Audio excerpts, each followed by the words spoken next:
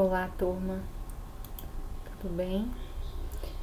Mais um sábado de aula. Nós vamos dar continuidade a doenças infecto-contagiosas. Dando início, nós vamos falar um pouquinho sobre a rubéola. Então, a rubéola, ela é uma doença infecto-contagiosa causada pelo togavírus. Sua característica mais marcante são manchas vermelhas que aparecem primeiro na face e atrás da orelha e depois se espalham pelo corpo inteiro. O contágio ocorre pelas vias respiratórias por meio de gotículas ou secreção nasal. No campo das doenças infecto-contagiosas, a rubéola ela deixa muito medo, principalmente por conta da ocorrência da síndrome da rubéola congênita, que atinge o feto ou recém-nascido cujas mães se infectam durante a gestação. A infecção por rubéola na gravidez, ela acarreta problemas para a mãe, né, onde pode ocasionar um aborto ou natimorto, quando o feto, né, ele acaba sendo expulso de forma já morto, né? Ou então o aborto ainda no iníciozinho da gestação. E os recém-nascidos podem nascer com malformações congênitas, como surdez, problemas cardíacos, lesões oculares, entre outros. Quais são os sintomas da rubéola? Os principais sintomas é febre baixa, linfadenopatia retroauricular, próxima ali à orelha, occipital e cervical também, ocorre um aumento dos linfonodos nessa região, exantema maculopapular, como a gente viu nessa fotozinha aqui, ó. Observação: o período de incubação médio do vírus, ou seja, o tempo entre os primeiros sinais levam para se manifestar desde a infecção, de 17 dias, pode variar de 14 a 21, conforme cada caso.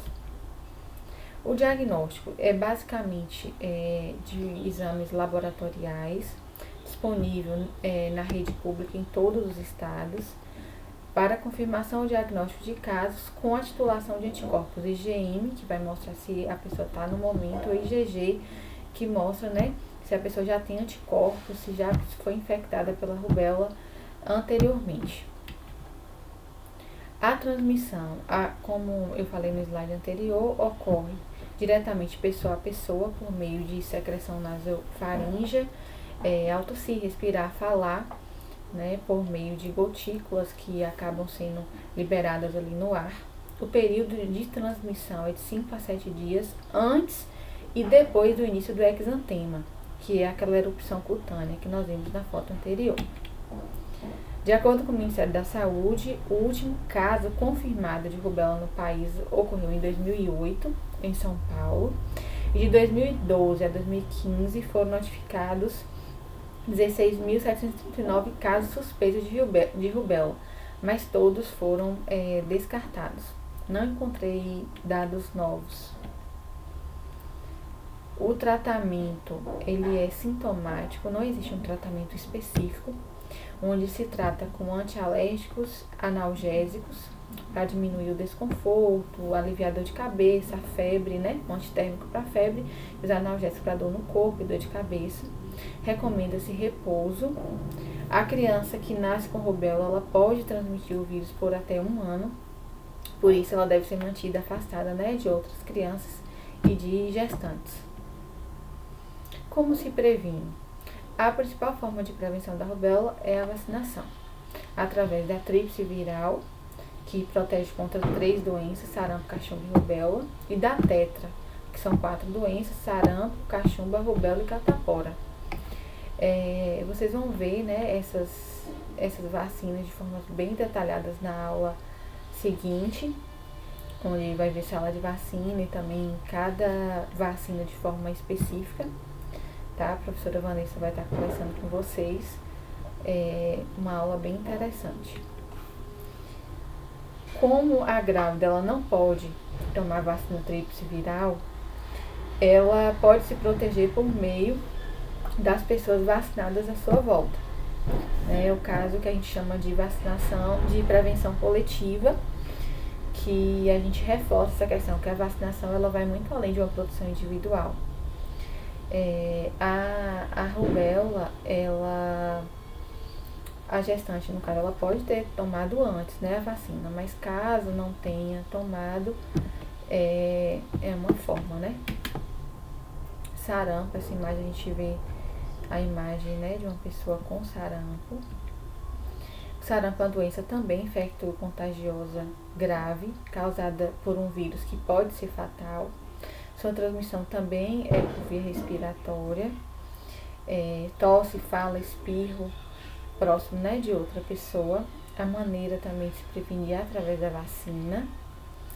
Os sintomas mais comuns do sarampo é febre acompanhada de tosse. É uma característica bem presente, né, no sarampo. Irritação nos olhos, nariz escorrendo ou entupido e mal-estar intenso. Além, né, das manchas no corpo. Em torno de 3 a 5 dias, pode aparecer outros sinais e sintomas, aí, como manchas vermelhas no rosto e atrás da orelha, que em seguida se espalham pelo corpo. Após o aparecimento das manchas, a persistência da febre é um sinal de alerta e pode indicar gravidade, principalmente em crianças menores de 5 anos. Todas essas doenças, tanto o sarampo quanto a rubéola, é muito perigosa, né, em crianças. A rubéola também em gestantes. A gente precisa ter uma atenção maior. Prevenir também através da vacinação, tanto a tríplice quanto a tetra. A tríplice, primeira dose aos 12 meses, segunda dose de 10 a 19 anos. Até 29 anos a pessoa tem que ter 2 doses. Entre 30 e 59 anos, se não tiver nenhuma dose comprovada, 1 dose. E a tetra é dose única aos 15 meses. Lembrando que o calendário de vacina é sempre atualizado, muda constantemente. As grávidas também não podem tomar, né?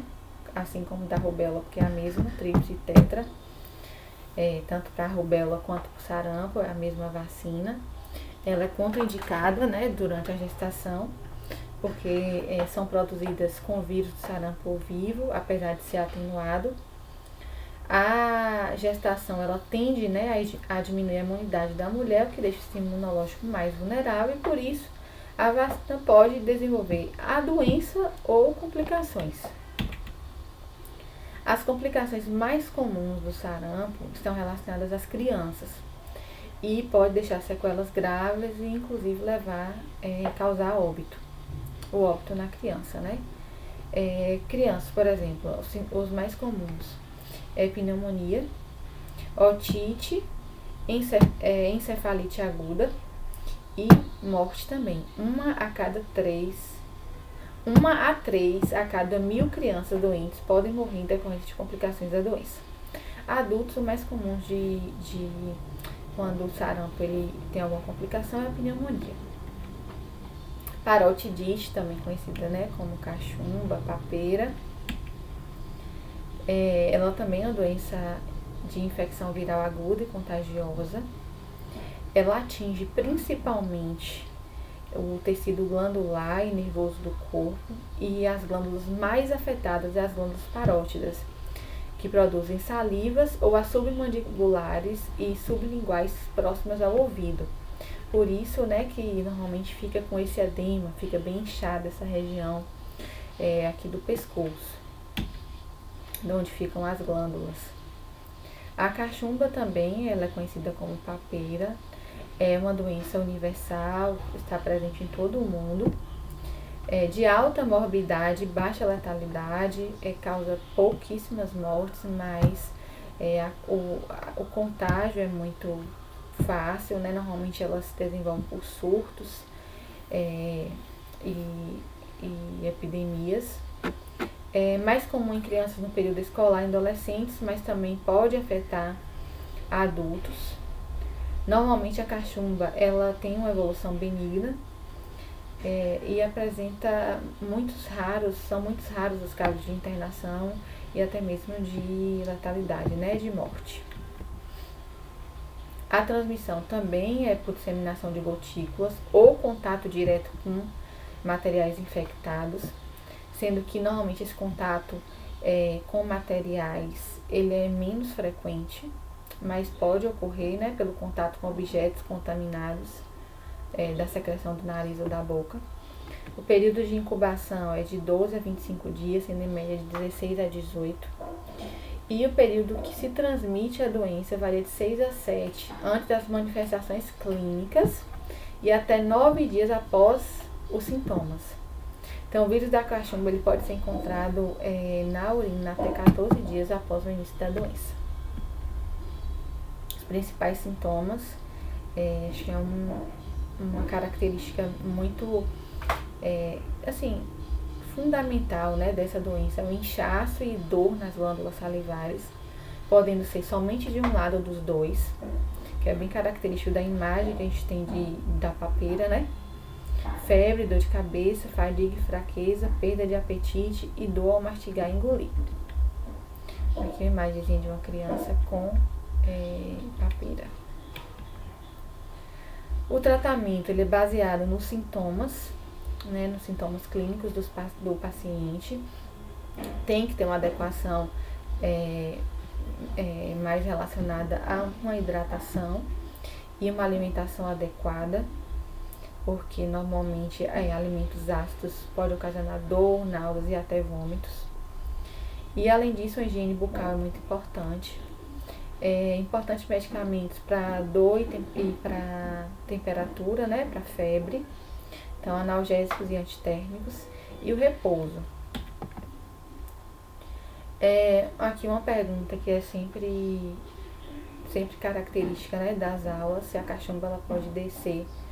A gente coloca descer entre aspas, descer para os testículos, né?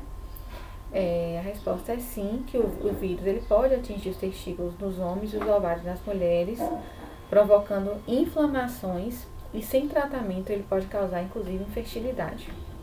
Não é tão comum, mas pode acontecer. A cachumba é perigosa na gravidez?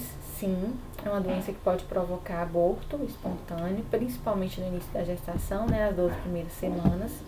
Porém, não há evidência de que pode causar malformações ou prejudicar o bebê de qualquer outra forma. Como no caso da rubéola, né, que isso é característico. Grávidas podem se vacinar? Também não. A vacina, tanto a tríplice quanto a tetra, que protege, é contraindicada para gestantes. O diagnóstico ele é basicamente clínico, né, com a avaliação médica das glândulas. Para confirmar, o profissional de saúde pode coletar uma amostra de sangue para confirmar a presença do vírus. A confirmação laboratorial da cachumba vem no resultado desse exame de sangue, que apresenta anticorpos contra o paramyxovírus, que é responsável pela doença. Então, a vacinação é a única forma de se prevenir, além das medidas de contato com relação a contato com uma pessoa que está, né, com a papeira, que a gente tem que ter cuidado porque é transmitida através de gotículas. A varicela, né, que é a catapora. A catapora é uma doença infecciosa, altamente contagiosa, mas geralmente ela é benigna, causada pelo vírus varicela zoster, que se manifesta com frequência em crianças e com maior incidência no inverno e início da primavera. A principal característica clínica da catapora é as lesões cutâneas na pele, que se apresentam de diversas formas, como máculas, pápulas, vesículas, pústulas e crosta, acompanhada de coceira, de prurido, que a gente chama, prurido é a mesma coisa de coceira. Em crianças, geralmente, ela é benigna, autolimitada. Em adolescentes e adultos, o quadro clínico é mais exuberante, é um quadro clínico pior. Por isso que a gente fala, é melhor pegar a catapora quando criança do que na fase adulta. Como ela é transmitida, contato, né, com outra pessoa, através também da questão respiratória, pela tosse, espirro, saliva ou por objetos contaminados. Indiretamente, ela também pode ser transmitida por objetos, né, que tem secreções ali das vias respiratórias. Raramente ela é transmitida por contato com as lesões de pele, mas não é excluído essa possibilidade. O período de incubação é de 4 a 16 dias. A transmissão se dá de 1 a 2 dias antes do aparecimento das lesões de pele e até 6 dias depois, quando todas as lesões já estiverem na fase de crosta. Os sintomas principais são manchas vermelhas e bolhas no corpo, mal-estar, cansaço, dor de cabeça, perda de apetite e febre baixa. As bolhas, elas surgem inicialmente na face, no tronco ou no couro cabeludo e se espalham e se transformam em pequenas vesículas cheias de um líquidozinho claro, como a gente viu naquela primeira imagem. Em poucos dias, o líquido escurece e as bolhas começam a se secar e cicatrizar. Esse processo é quando causa muita coceira, esse processo de cicatrização. E pode acabar infeccionando, causando lesões bacterianas devido à sujidade das unhas ou algum outro objeto que a pessoa for utilizar para coçar. O diagnóstico, ele não é feito por meio de exames laboratoriais, para confirmação ou descarte de casos de varicelas, exceto em casos de um diagnóstico diferencial. Aí existem inúmeros testes, eu trouxe aqui para vocês, testes sorológicos que são utilizados, o ensaio que a gente chama de ELISA, o AL, que é a aglutinação pelo látex, imunofluorescência indireta, entre outros, que pode ser usado para o diagnóstico diferencial. O tratamento também normalmente é por sintomas, onde se utiliza analgésicos para aliviar dor de cabeça e antitérmicos para febre, antihistamínico por conta da coceira. Sempre se recomenda lavar as lesões com água e sabão. Pode-se utilizar também para diminuir a coceira compressas de água fria. As vesículas, elas devem ser evitadas de serem coçadas e as crostas não devem ser retiradas. Para evitar que isso aconteça, as unhas devem ficar sempre bem cortadas. O tratamento, a gente, além dessas questões de sintomas, tem médicos que ainda recomendam o banho por pergamanato de potássio para a pessoa tomar banho, que alivia nas coceiras do corpo, Deve-se evitar medicamento à base de AS, que é ácido acetil salicílico, porque pode provocar algumas complicações. Havendo alguma infecção secundária relacionada à catapora, pode-se usar antibióticos. A forma de prevenção é a vacinação, lavar as mãos após tocar as lesões, isolamento, crianças com varicela não complicada só devem retornar à escola após todas as lesões terem evoluído para a crosta.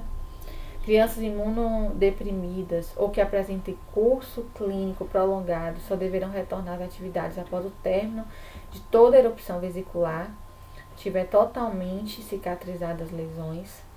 Pacientes internados têm que ter, além do isolamento respiratório, isolamento de contato também, desinfecção de objetos e imunoprofilaxia em surtos de ambiente hospitalar. Hepatite. A hepatite, ela é uma inflamação do fígado, pode ser causada por vírus ou por uso de alguns remédios, álcool e outras drogas, assim como por doenças autoimunes, metabólicas e genéticas. Em alguns casos, são doenças silenciosas que nem sempre apresentam sintomas. O que causa a hepatite? Normalmente a gente vai estar focando aqui, por conta que a gente está falando de doenças infecto-contagiosas, nas hepatites causadas por vírus, A, B, C, D e E. As hepatites, elas são doenças que nem sempre apresentam sintomas, mas na hepatite A e B, os sintomas mais comuns são dor, desconforto abdominal, dor muscular, fadiga, náusea e vômito, perda de apetite, febre, urina escura é muito comum e a pele e os olhos ficarem amarelos por conta do aumento da bilirrubina, né, que é muito comum quando a pessoa está com problema de fígado ter uma alteração na bilirrubina que mostra nos exames e aí a pessoa fica amarela. É uma característica de uma pessoa com hepatite. Sintomas mais comuns da hepatite C: dor, inchaço abdominal, fadiga, náuseas e vômitos, perda de apetite, febre, urina escura, coceira, amarelamento da pele e dos olhos e sangramento no esôfago ou estômago. O diagnóstico e o tratamento precoce pode evitar a evolução da doença para cirrose ou câncer de fígado. Por isso é importante fazer os exames. O diagnóstico ele pode ser feito por testes rápidos, que são ofertados já, né, pelo SUS, e também por exames de laboratório. Os testes rápidos são para os tipos B e C, que estão disponíveis no SUS. E no pré-natal também, o exame de hepatite B faz parte do rol, né, dos exames de pré-natal. E a gestante, se ela for diagnosticada, ela deve ser tratada e se houver indicação ainda, né, durante o período da gestação. Prevenção: a vacina é a forma de prevenção da hepatite A e B. Entretanto, quem se vacina para o tipo B se protege também para hepatite D e está disponível gratuitamente pelo SUS. Administrar uma dose ao nascer, o mais precocemente possível, nas primeiras 24 horas, preferencialmente das primeiras 12 após o nascimento, ainda na maternidade. Essa dose pode ser administrada até 30 dias após o nascimento. Normalmente a criança já sai da maternidade com a BCG e a hepatite B administradas. A vacina que tem, né, componente para hepatite é a penta, que a criança toma com 2, 4, 6 meses, e é específica para adultos sem comprovação vacinal, administrar 3 doses da vacina contra a hepatite B. Como se transmite? Tem a transmissão fecal-oral, que são para pessoas que não têm muita higiene, com condições precárias de saneamento básico e água, que transmite a hepatite A e E, que são transmitidas por essas vias, fecal-oral. A transmissão por contato com sangue, por meio de compartilhamento de seringas, agulhas, lâminas de barbear, alicates de unha e outros objetos que podem furar ou cortar, pode transmitir o vírus B, C e D. E a transmissão, né, por meio de transfusão sanguínea, hoje praticamente é considerada, né, muito rara, por conta dos exames que são feitos, né, antes de se doar sangue. A transmissão vertical, ela pode ocorrer durante a gravidez e o parto, que transmite a hepatite B, C e D. A amamentação, ela não é contraindicada caso sejam realizadas ações de prevenções, como a profilaxia para o recém-nascido, com a primeira dose da vacina e a imunoglobulina nas primeiras 12 horas de vida, e completar o esquema com as demais doses para a prevenção da hepatite B e D. Com relação à hepatite C, não existe evidência de que a transmissão possa ser evitada com a contraindicação da amamentação. Transmissão sexual também, ela pode transmitir a hepatite A, B, C e D. Tratamento: não existe um tratamento para a forma aguda da hepatite. Se necessário, apenas sintomas para náuseas e vômitos, repouso do paciente. No caso da hepatite A, não existe tratamento específico. Para a hepatite B crônica, podem ser prescritos medicamentos antivirais. E já na hepatite C são usados medicamentos antivirais, tanto na fase aguda quanto na fase crônica. Para a hepatite alcoólica, em certos casos mais graves, pode ser prescrito corticoides e muitas vezes é necessário reposição de sais, minerais e vitaminas. No caso da hepatite medicamentosa, o tratamento é de suporte, mas se a causa for intoxicação por paracetamol, por exemplo, pode ser usada a acetilcisteína. No caso da hepatite autoimune, são utilizados corticoides e imunossupressores.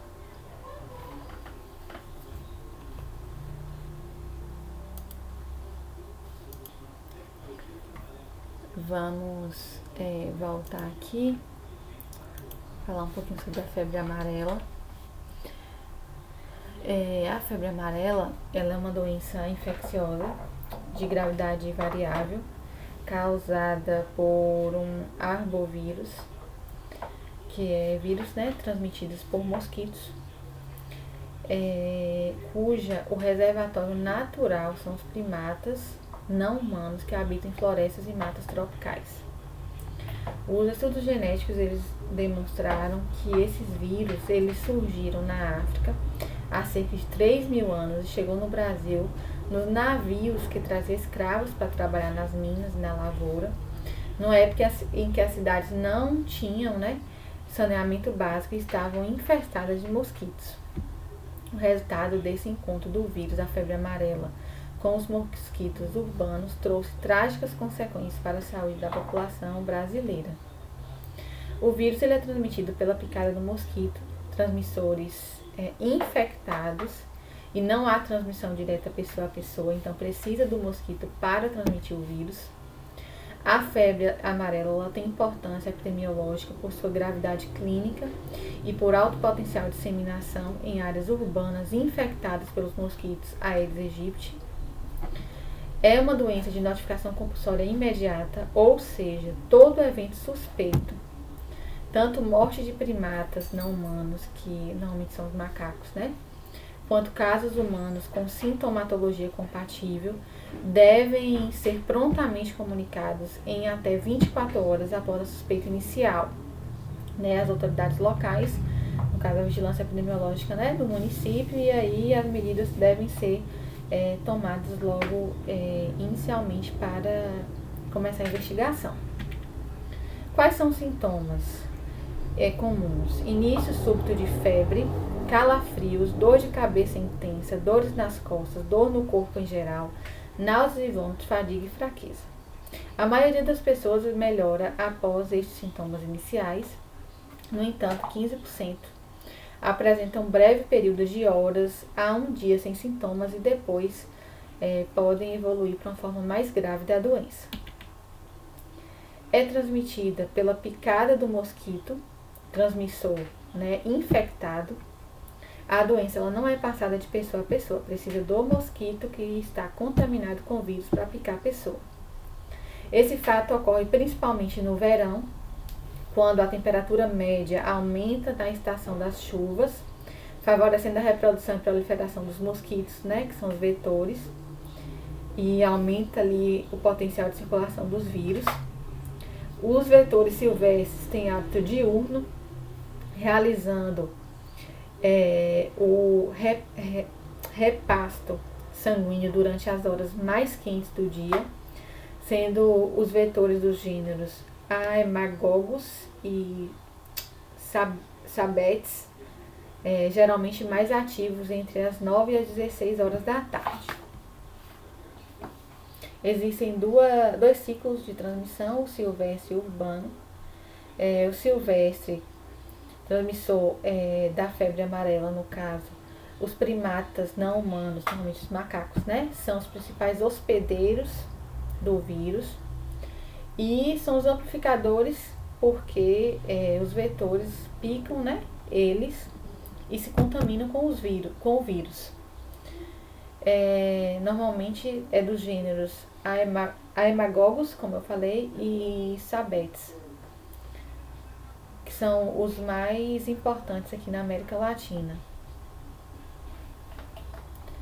Nesse ciclo, o homem participa como hospedeiro acidental ao entrar na área da mata, e pode acabar se contaminando. O ciclo urbano, o homem é o único hospedeiro com importância epidemiológica e a transmissão ocorre a partir de vetores urbanos, que é o Aedes aegypti infectado.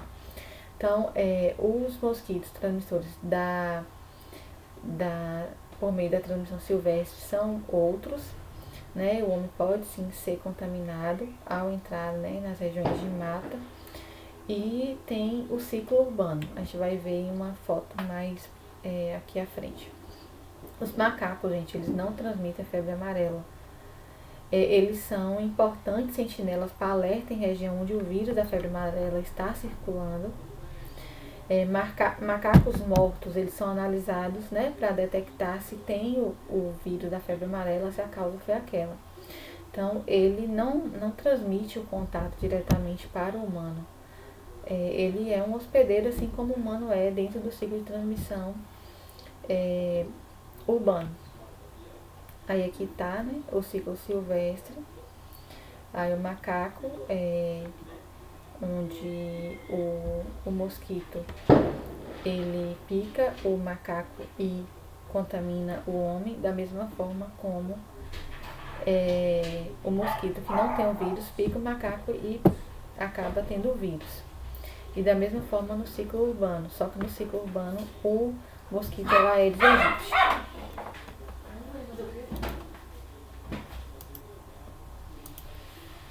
Então, né, aqui está o ciclo. Como prevenir? A vacina é a principal forma de prevenção. O Sistema Único de Saúde, né, o SUS, oferece essa vacina.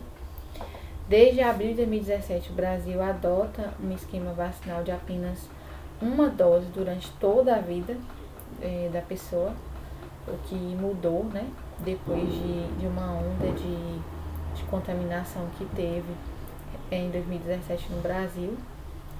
Além da vacina, deve-se manter cuidado para evitar a proliferação dos mosquitos, mantendo as casas e as ruas limpas, sem acúmulo de água parada, que é o local, né, perfeito para a reprodução dos vetores. Locais que têm matas e rios, onde o vírus e seus hospedeiros e vetores ocorrem naturalmente, são considerados como área de risco. Como prevenir a febre amarela, né, por meio da vacina? Crianças tomam aos 9 meses e adultos uma única dose. Quem não deve tomar vacina contra a febre amarela? Crianças menores de 9 meses de idade, mulheres amamentando crianças menores de 6 meses de idade, pessoas com alergia grave ao ovo, pessoas que vivem com HIV e têm contagem de células CD4 menor que 350, pessoas que fazem tratamento de quimioterapia e radioterapia, pessoas portadoras de doenças autoimunes e pessoas submetidas a tratamento com imunossupressores. O diagnóstico é normalmente feito por sintomas que o paciente está apresentando, se ele já foi vacinado e há quanto tempo, e a ocorrência de casos da doença à sua volta. Morte de macacos nos lugares em que vive ou visitou é outro indício, né, importante que deve ser considerado. No entanto, só é possível confirmar o diagnóstico depois de exames laboratoriais. O tratamento, não existe um tratamento medicamentoso, né, específico para destruir o vírus, reverter o quadro clínico e evitar a complicação da febre amarela. O doente ele deve permanecer em repouso em ambiente hospitalar, sob cuidados médicos para ter, né, uma assistência se houver complicações. O único tratamento possível é o suporte à assistência, que é feito normalmente em ambiente hospitalar. E basicamente é hidratar o paciente, introduzir drogas para equilibrar a pressão arterial, corrigir desequilíbrios metabólicos e aliviar os sintomas, né, que o paciente apresentar. Vamos falar por fim de dengue, zika e chikungunya. O Aedes aegypti, que é o mosquito, né, que é o vetor que causa as 3 doenças. Então, a dengue é o nome da dengue, né, de origem espanhola, que significa manhã, que caracteriza o estado de moleza causado pela doença. Chikungunya torna-se dobrado ou contorcido, é o que significa na língua Maconde, que é um dos idiomas da Tanzânia ali. A Zika, que é o nome da floresta em Uganda, na África, na qual a doença foi descrita pela primeira vez em um macaco.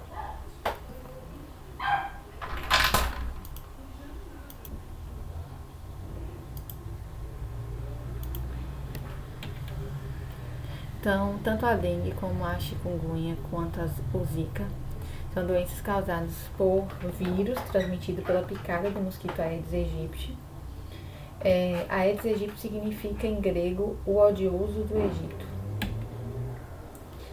Duas espécies de mosquitos são responsáveis pela transmissão, que é o Aedes aegypti, que é a espécie mais existente no Brasil, também conhecido como pernilongo, muriçoca e carapanã.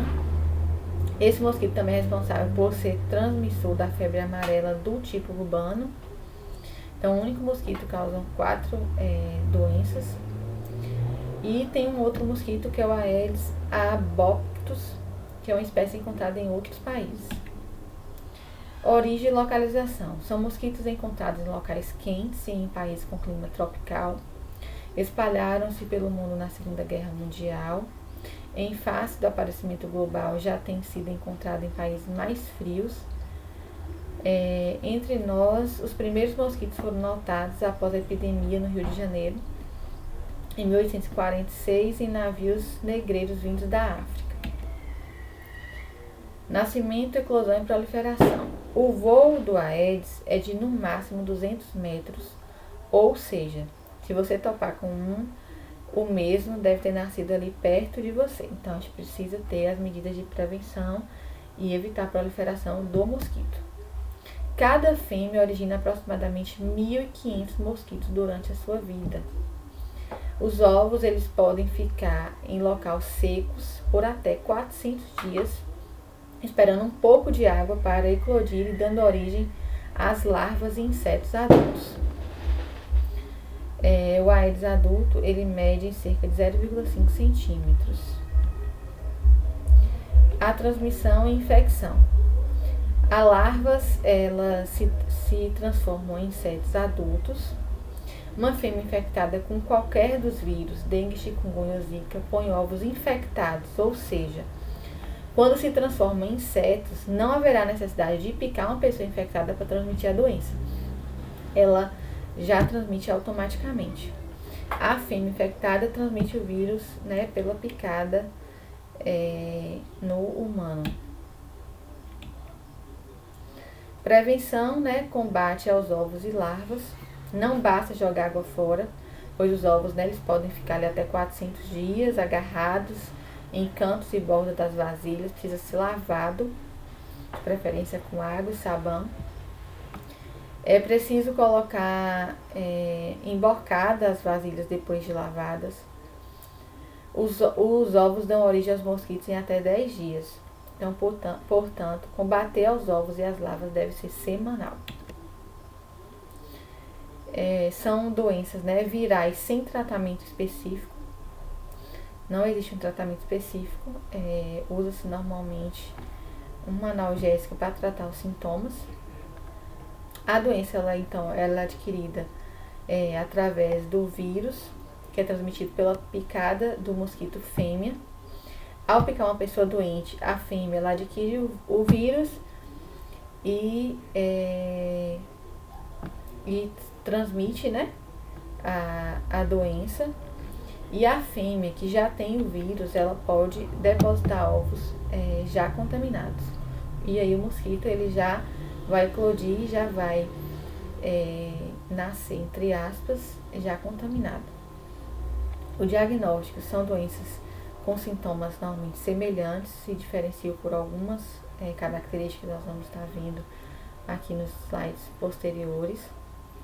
A intensidade dos sintomas e a evolução da doença é o que permite o diagnóstico diferencial entre elas. O mais importante é o diagnóstico precoce das complicações, e porque a rede pública não dispõe de testes sorológicos para o diagnóstico diferencial. Aqui os sintomas: febre, na dengue sempre presente e é alta e de início imediato.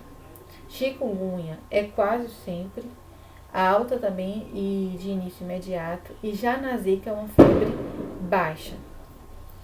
A dor no corpo, dor nas articulações, na dengue, quase sempre presente, de forma moderada. Chikungunya presente em 90% dos casos, é uma dor intensa. Uma característica comum da chikungunya é essa dor no corpo, nas articulações. E no zika pode estar presente, mas normalmente são dores mais leves. As manchas vermelhas na pele é muito comum na zika, né? É uma característica muito marcante. O prurido, que é a coceira, normalmente está mais presente na zika também. E vermelhidão nos olhos não está presente na dengue, pode estar presente na chikungunya e também pode estar presente em quem pegou zika. A zika e a microcefalia. Microcefalia significa o cérebro de um tamanho menor que o normal. Em 90% dos casos, né, de quem tem microcefalia, causa um retardo mental nos recém-nascidos. Causas conhecidas da microcefalia normalmente pode ser genético, radiação, infecções, drogas, desnutrição também na gestante pode causar. E no Brasil, né, em 2015, começou-se a associar, após um surto, o aparecimento de casos anormais de microcefalia entre recém-nascidos, de mulheres infectadas por zika e também com casos de síndrome de Guillain-Barré. No período inicial da epidemia foi adotada a medida mais sensível de 33 centímetros para ambos os sexos. Então a gente media o perímetro cefálico da criança. Se desse menor que 33, essa criança precisava receber inúmeras tratamento diferenciado para se averiguar se tinha, né, microcefalia. Posteriormente reduziu para menor que 32. Em 2016, menor que 31,9 para meninos e 31,5 para meninas. E em agosto de 2016, 30,54 para meninos e 30,24 para meninas. Esses parâmetros também vão sempre sofrendo alterações. Zika, dentro da síndrome de Guillain-Barré, né, que é uma doença grave que atinge nervos periféricos, causada por inflamação e desmielinização, que é perda da proteção dos nervos, perda da mielina ali que protege os nervos, provavelmente causada pelo surgimento de anticorpos autoimunes formados pelo organismo 2 a 3 semanas após doenças virais. Pode ocorrer após a zika, já que é uma doença, né, viral. O que podemos fazer, não existe um tratamento também específico, é o combate mesmo ao Aedes aegypti, né, como falei nos slides anteriores, combatendo o acúmulo de água, usar repelentes também, principalmente as gestantes, e procurar o atendimento médico assim que se iniciar os sintomas.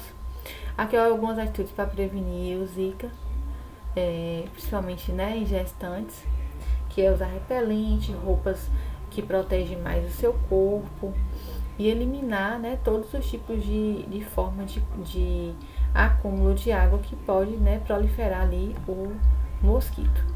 Muito obrigada pela atenção de vocês e estou à disposição para dúvidas e sugestões.